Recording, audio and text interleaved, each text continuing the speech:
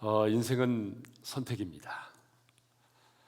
우리는 아침에 눈을 뜨는 순간부터 시작해서 잠자리에 들 때까지 수많은 선택을 하게 되죠. 저는 아침에 눈을 뜨게 되면 가장 먼저 이런 고백으로 하루를 시작합니다. 주는 그리스도시요 살아계신 하나님의 아들이십니다. 오늘도 이디한 날을 주신 하나님을 찬양합니다. 이런 고백으로 이제 하루를 시작합니다. 우리가 예를 들어서 중국집에 가서 음식을 선택할 때도 여러 가지 우리가 이제 품목 가운데 선택을 해야 되잖아요. 짜장면을 시킬 것인가, 짬뽕을 시킬 것인가. 요즘에는 보니까 또 짬짜면이 있더라고요. 네. 아이들에게 우유를 먹일 때도 아인슈타인처럼 되기 위해서 아인슈타인 우유를 먹일 것인가, 아니면 적어도 건국대학교는 들어가야지, 아니야 연세대학교는 들어가야지. 그래서 건국 우유를 먹이다가 또 연세 우유를 먹이기도 하죠. 자, 우리는요 이렇게 참 수많은 선택을 해야 됩니다. 이제 프랑스의 철학자 사르트르라고 하는 사람이 이런 얘기를 했어요. 우리 인생은 B와 D 사이의 C이다 그랬어요. B는 벌스를 말하고요, 그 다음에 D는 that, C는 choice를 말하죠. 그러니까 인생은 태어남으로부터 시작해서 죽는 날까지 수많은 선택을 하게 돼 있다는 거죠. 그렇죠, 여러분? 하루를 사는 데 있어서도 뿐만 아니라 우리의 인생에 있어서도 참 우리는 많은 선택을 하게 됩니다. 한때 이런 광고가 있었잖아요. 순간의 선택이 10년을 좌우한다. 그런 광고 카피가 있었습니다. 그런데 순간의 선택이 10년을 좌우하는 정도가 아니라 우리의 운명을 결정할 때가 참 많이 있어요. 선택이 따지고 보게 되면 우리의 인생에 성공과 실패를 결정하고, 이 선택이 우리 인생의 행복과 불행을 결정을 하게 되는 것입니다. 여러분 주변에 성공한 사람들을 보십시오. 그들은 한결같이 선택에 성공을 하는 사람들입니다. 야망이 아닌 비전을 선택하고, 그리고 한순간의 욕망이 아닌 영적으로 영혼의 아름다운 것들을 선택한 것입니다. 우리가 성경에 보게 되면 아브라함과 롯이 선택을 하게 되죠. 롯은 그 선택의 기로에서 뭘 선택했어요? 눈에 보이는 대로 선택을 했어요. 그래서 여호와의 동상 같고 애국과 같은 소돔과 고모라를 선택을 했습니다. 결과 어떻게 됐죠? 결과는 전쟁의 포로가 되고, 나중에는 불의 심판을 받게 되고, 모압과 암몬이라고 하는 족속의 조상이 되고 말았어요. 그렇지만 아브라함은요 눈에 보이는 대로 선택하지 않았죠. 아브라함은 영혼의 유익을 선택했어요. 하나님의 주권을 선택했단 말이에요. 결과는 뭐가 됐어요? 복의 근원이 된 것입니다. 많은 하나님의 사람들이 살아계신 하나님을 믿으면서도 운명에 맞게 인생을 사는 사람들이 많이 있어요.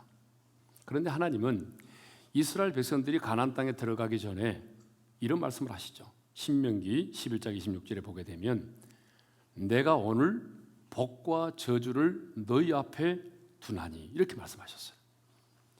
그러니까 여러분, 우리는 매일 내가 복을 선택할 수도 있고 내가 저주를 선택할 수도 있는 것입니다. 그런데 이제 오늘 우리가 다루려고 하는 게 뭐냐면, 이제 인생은 선택인데 그 선택의 순간에 우리가 가장 먼저 무엇을 선택을 해야 되느냐는 거죠. 자, 선택의 순간에 하나님의 사람은요 감사를 먼저 선택을 해야 됩니다. 우리가 성경을 보게 되면 10명의 나병 환자들이 나오죠. 그들이 고침을 다 받았어요. 예수님의 말씀에 순종하여 나가다가 길에서 고침을 받았거든요. 그런데 이 10명이 고침을 받았지만 돌아와서 예수님께 감사한 사람은 딱 한 명밖에 없었어요. 여러분 한번 생각해 보세요. 가장 저주스러운 나병에서 고침을 받았는데 왜 10명 중에 한 사람만이 돌아와서 감사했을까?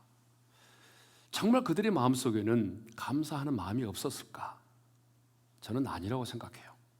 그들 마음속에도 감사하는 마음이 있었겠죠. 그런데 우선순위의 문제라고 저는 생각합니다. 그들은요 그 선택의 순간에 감사보다는 뭘 먼저 선택했냐면 순종과 기쁨을 먼저 선택했다고요. 우리 예수님께서 말씀하셨잖아요. 가서 제사장에게 내 몸을 보이라. 그러니까 그들은 주님의 말씀에 순종해서 제사장에게 나아가서 자기 몸을 보이고자 했던 거죠. 순종을 선택했어요. 성경에 나오지 않았지만 어떤 사람들은요, 자기의 낳은 몸을 가족에게 보여주고 싶어 했을 거예요. 여러분, 가족들이 얼마나 기뻐할까요? 내가 이 고침받은 이 몸을 내 가족들에게 먼저 보여줘야지. 그래서 가족들에게 줄 수 있는 기쁨을 선택을 했어요.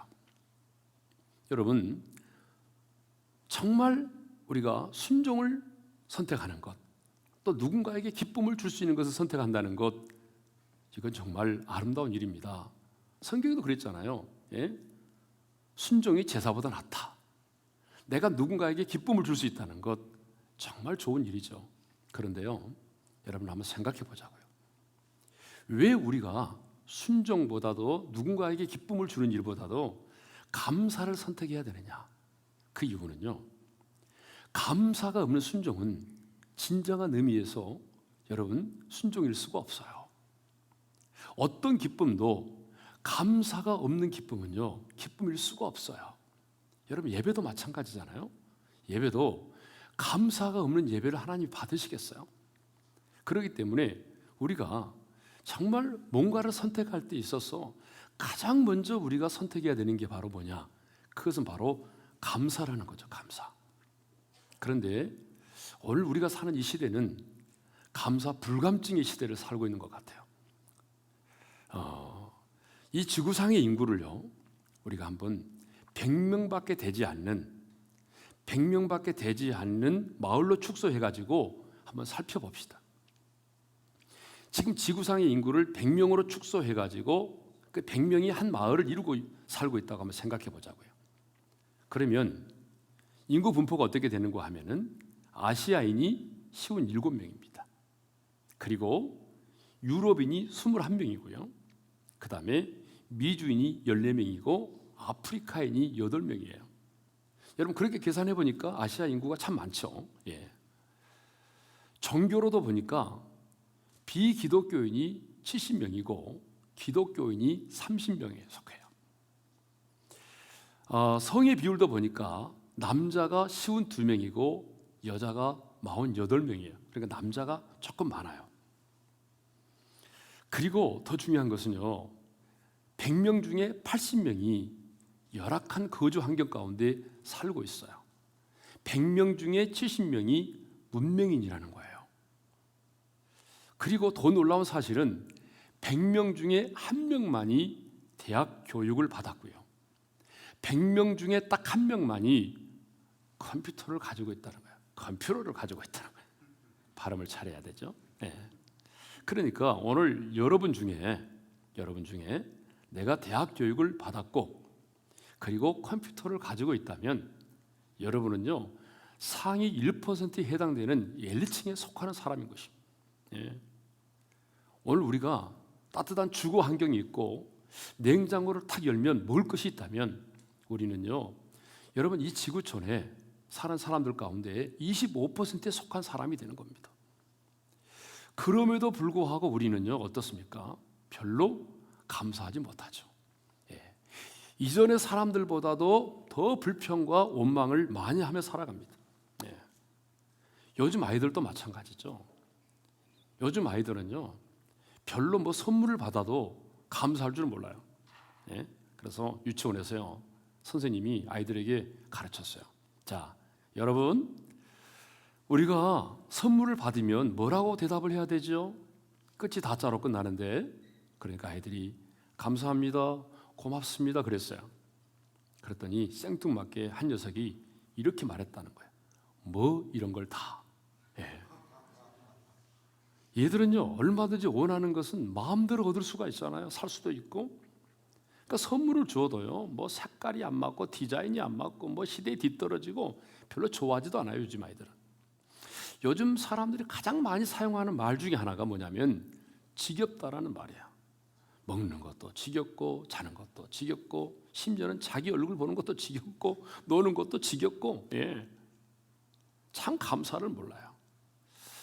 그렇지만 하나님의 사람인 우리는요, 가장 먼저 선택의 순간에 감사를 선택해야 됩니다.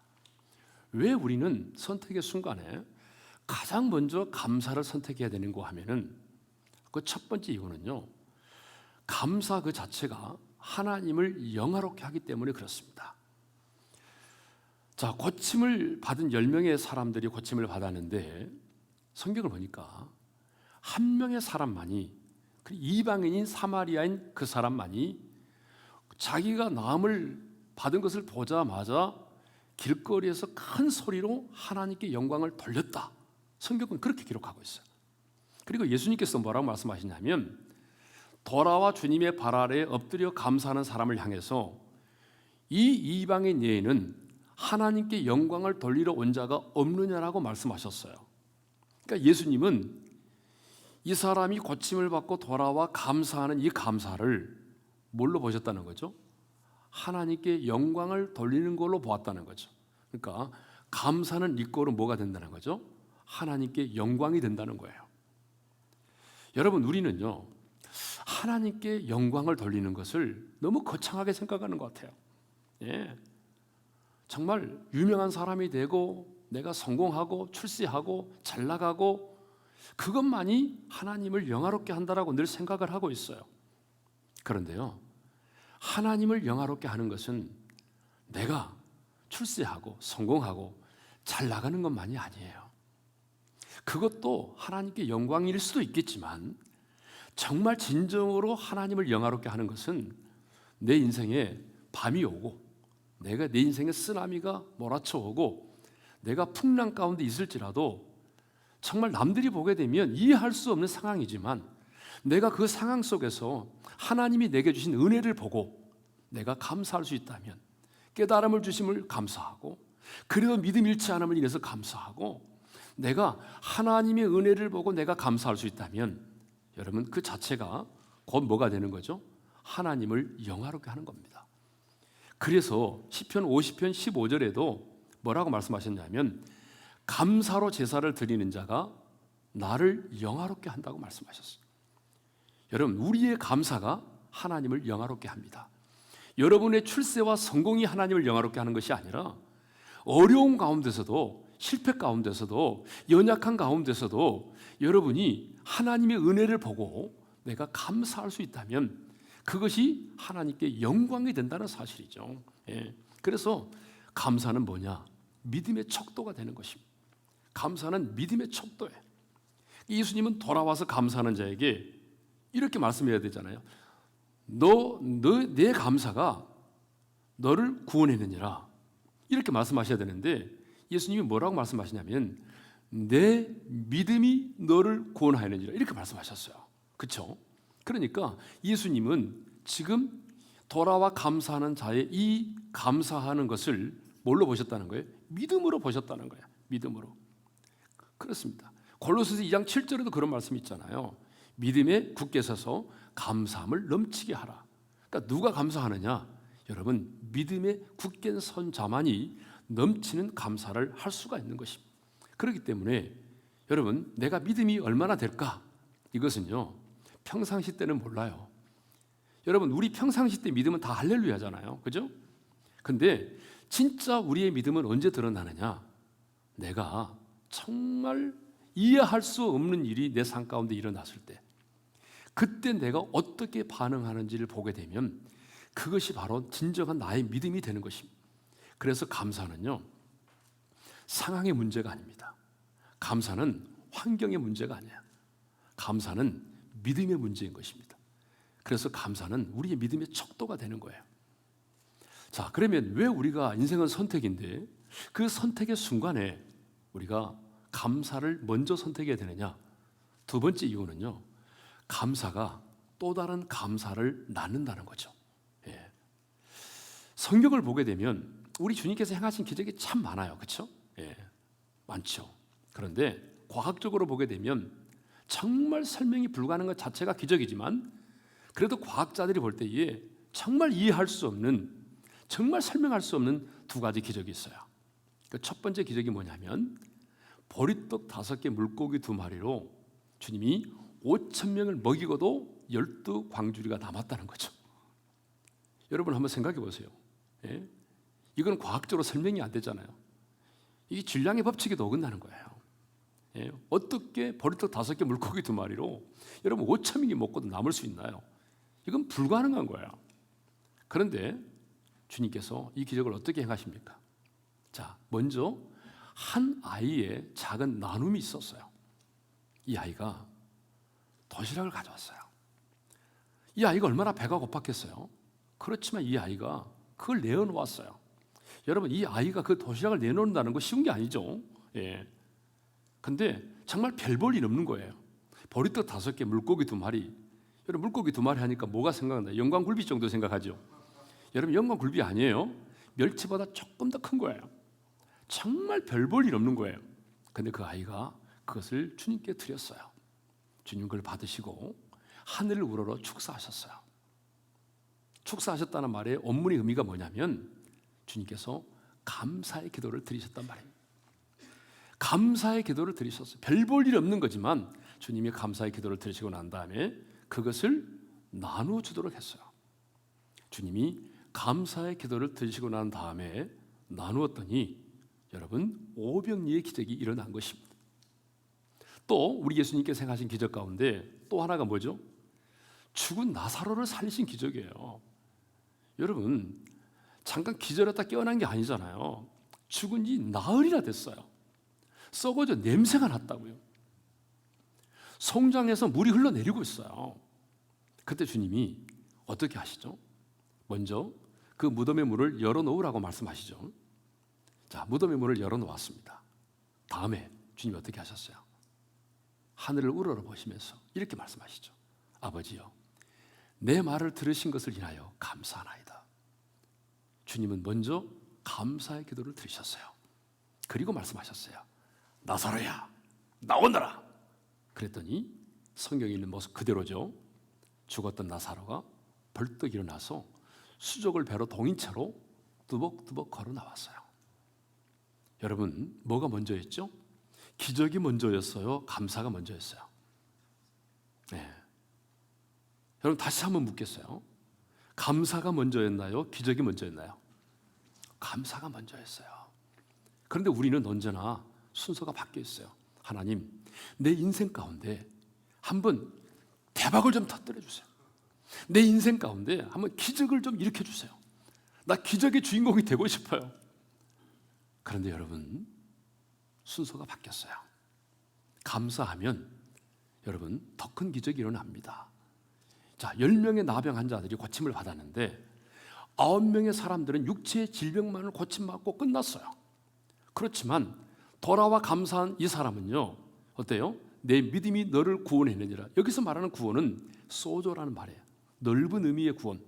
영혼도 구원받았고 그리스도 안에서의 새로운 삶을 살게 되는, 새로운 피조물이 되는, 그리스도 안에서의 새로운 삶을 살게 되는 이런 엄청난 축복을 누리게 된 거죠.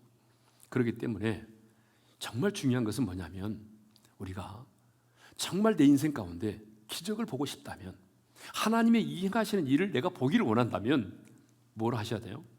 감사를 하셔야 돼요.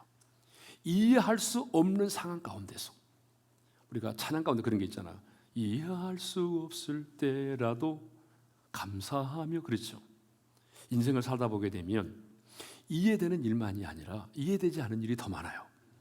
어릴 때는 모르지만 결혼해서 이제 아이를 낳고 살다 보게 되면 참 이해되지 않는 게 너무 많아요. 왜 이런 일이 우리 가정에 일어나야 되는지, 왜 이런 일이 우리 자녀에게 있어야 되는지 참 이해가 안 되는 거 많아요. 그런데 이해가 되지 않을지라도 먼저 우리는 하나님의 신실하심을 믿고 우리가 감사한다면 하나님께서 우리 인생 가운데 기적을 행하신다는 얘기입니다. 감사는 반드시 더 큰 감사를 낳게 돼 있어요. 자, 마지막 세 번째로는 왜 우리는 선택의 순간에 감사를 먼저 선택해야 되느냐? 그것은 감사하면 행복해지기 때문에 그렇습니다. 감사는 하나님을 영화롭게 할 뿐만 아니라 내 자신을 행복하게 만들고 내 주변에 있는 공동체, 내 가족들까지도 행복하게 만들어주는 겁니다. 예. 그래서요, 우리가 성경을 보게 되면 인생의 모든 불행과 위기는 언제 왔느냐? 인생의 모든 위기와 불행은 감사를 잃어버렸을 때 찾아왔어요. 제가 몇 가지 근거를 댈게요. 자, 왜 첫사람 아담과 하와는 선악과를 따먹었을까?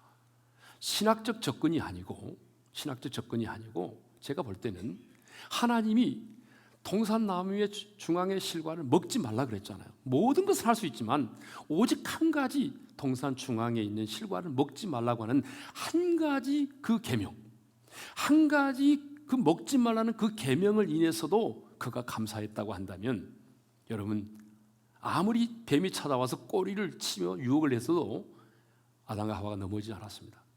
아, 그래, 저 선악과 먹지 말라고 한 것도 하나님이 나를 위해서야, 나를 축복하시기 위해서고, 그 한 가지 먹지 말라는 계명을 인해서도 아담과 하와가 진정으로 감사했다면 그 유혹에 넘어지지 않았다는 얘기죠.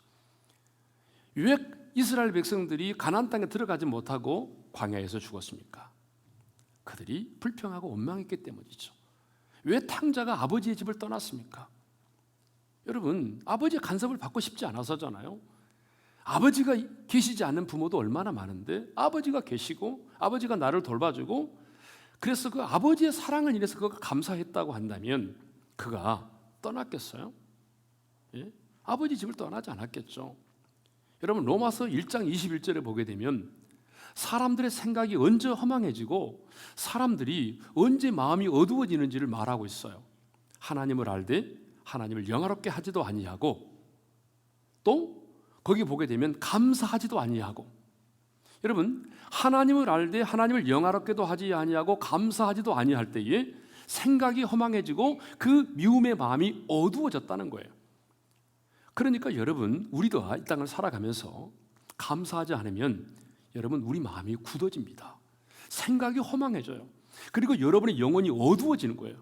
그렇게 되면 결과가 뭐죠? 로마서 1장을 쭉 읽어보게 되면, 그래서 우상을 숭배하게 되고 남자가 남자로 더불어 여자가 여자로 더불어 음욕이 불릴 듯하여 부끄러운 일을 하게 된 것입니다.